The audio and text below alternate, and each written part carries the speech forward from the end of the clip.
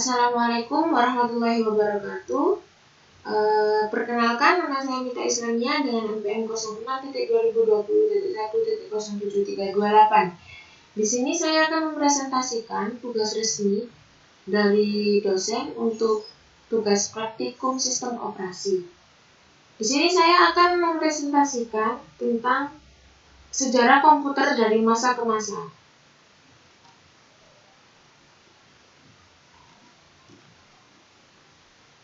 Kalian pasti tahu kan apa itu komputer? Pasti tahulah, apalagi di zaman modern seperti ini. Tapi apakah kalian tahu komputer dari generasi dahulu sampai generasi sekarang? Siapa sih yang tidak mengerti apa itu komputer? Dan mungkin sudah tidak asing lagi bagi kalian apa sih komputer itu. Apakah kalian mengetahui apa yang dimaksud dengan komputer yang sebenarnya? Kegunaan komputer mungkin untuk zaman sekarang yang pasti sudah kalian ketahui. Kegunaan komputer adalah banyaknya sekarang dilakukan untuk bermain game, streaming YouTube, editing, dan juga sosial media. Tapi itu kan sekarang. Apakah kegunaan komputer zaman dahulu dan zaman sekarang? Jawabannya adalah sangat berbeda sekali dengan zaman sekarang dan dahulu. Kata komputer diambil dari bahasa Yunani, yaitu computare, yang mempunyai arti hitung atau alat hitung. Dan secara singkat, komputer bisa diartikan sebagai suatu alat yang dipakai untuk mengolah data menurut perintah yang telah dirumuskan.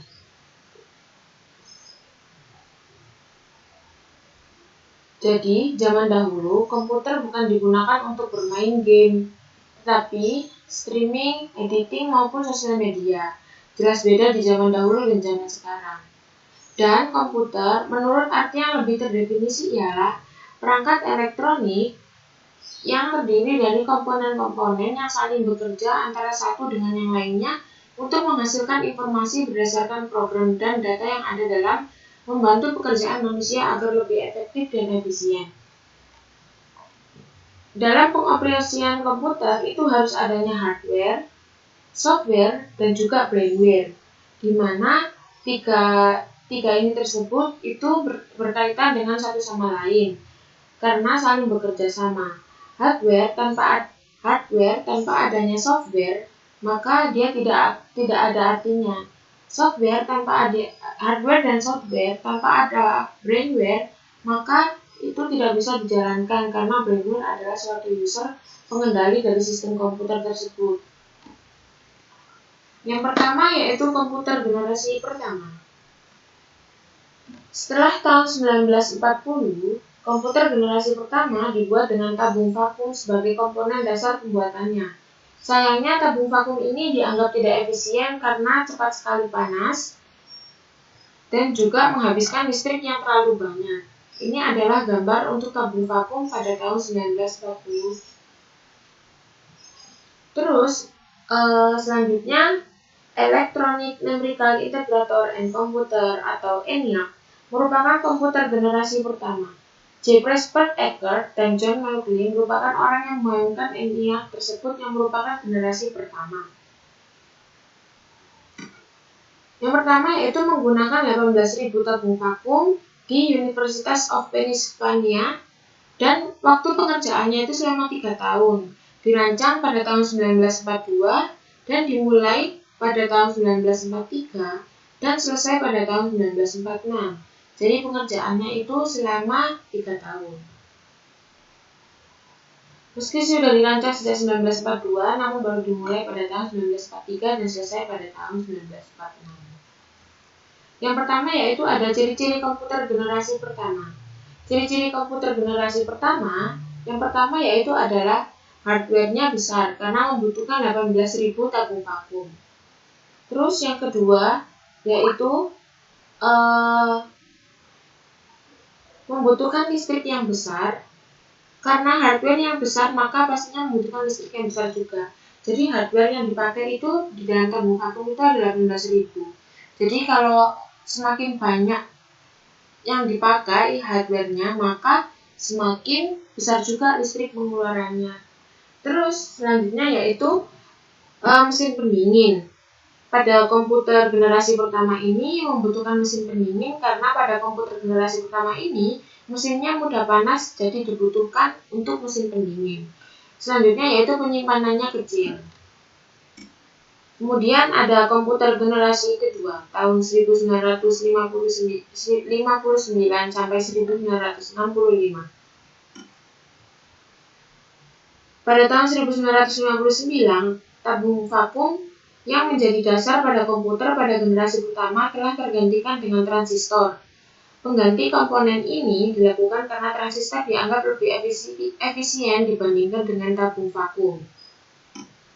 Selanjutnya yaitu ada ciri-ciri komputer pada generasi kedua. Yang pertama pastinya daya listrik yang digunakan lebih kecil, karena pada generasi kedua ini fisik-fisik hardware-nya lebih kecil dan pastinya menggunakan daya listrik yang lebih kecil juga. Kemudian hardware-nya juga lebih kecil, karena telah digantikannya komponen komputer dari tabung vakum menjadi transistor. Kemudian lebih cepat juga, karena sudah dapat di-upgrade dan sudah lebih dapat diandalkan. Selanjutnya yaitu ada komputer generasi ketiga tahun 1965 sampai 1970. Pada tahun 1965, komputer dibuat menggunakan integrated circuit atau IC. Meskipun IC sebagai komponen dasar utama, transistor ini tetap digunakan, tetapi ukurannya berukuran kecil. Pada generasi inilah pertama kali digunakan keyboard dan juga monitor dengan tampilan sistem operasi. Selain itu, biaya yang dikeluarkan jauh lebih murah sehingga dapat dijangkau oleh masyarakat umum. Selanjutnya ada ciri-ciri komputer generasi ketiga.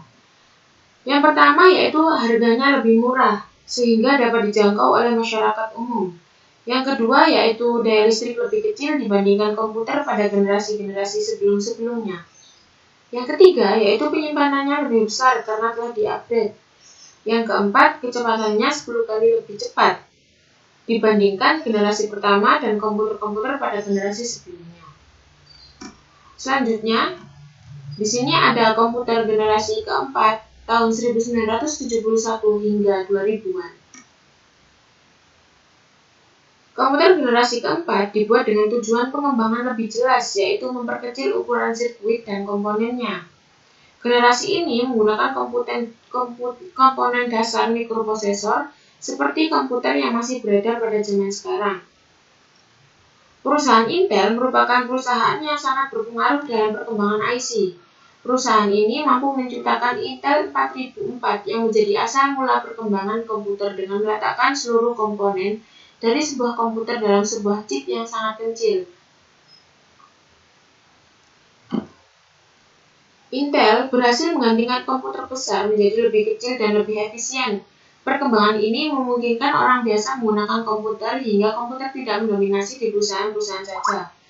Pada generasi keempat telah mengalami kemajuan yang sangat pesat hingga diciptakannya mouse, GUI, dan komputer dinding yang biasanya disebut dengan laptop. Selanjutnya di sini ada ciri-ciri pada generasi keempat. Yang pertama yaitu tujuan awal komputer generasi keempat ini digunakan untuk perorangan dan juga efisien dan dapat dibawa kemana-mana. Yang kedua yaitu mikroprosesornya lebih kecil. Selanjutnya ada komputer generasi kelima, yaitu pada tahun sekarang dan juga sampai masa depan. Untuk mendefinisikan komputer pada generasi kelima ini cukup sulit karena komputer ini masih dalam proses pembuatan. Fungsi yang diharapkan pada generasi kelima yang ditunggu adalah Artificial Intelligence atau AI, atau kecerdasan buatan. Dengan ini, komputer yang digunakan dapat berkomunikasi dengan manusia dan menggunakan masukan visual dan mampu belajar dengan pengalamannya sendiri. Terus kemudian di sini ada ciri-ciri generasi kelima. Yang pertama yaitu ada kecepatannya lebih cepat lagi dan lebih mudah dalam mendapatkan informasi. Yang kedua yaitu lebih banyak membantu kegiatan manusia. Dan yang ketiga yaitu fiturnya semakin banyak karena semakin bertambahnya tahun, semakin teknologi itu semakin canggih. Setiap perkembangan teknologi pastinya ada dampak positif dan juga dampak negatifnya. Tergantung cara penggunaan kita terhadap dampak perkembangan teknologi tersebut. Sebagai contoh dalam positifnya dapat membantu kegiatan manusia seperti belajar dan mencari informasi-informasi lewat komputer. Dan untuk contoh dampak negatifnya adalah mungkin kita bisa menjadi orang yang bermalas-malasan dan kembali lagi tergantung dari cara kita dalam menghadapi perkembangan teknologi tersebut. Cukup sekian yang dapat saya sampaikan. Mohon maaf bila ada kata-kata yang salah atau kurang berkenan. Terima kasih. Wassalamualaikum warahmatullahi wabarakatuh.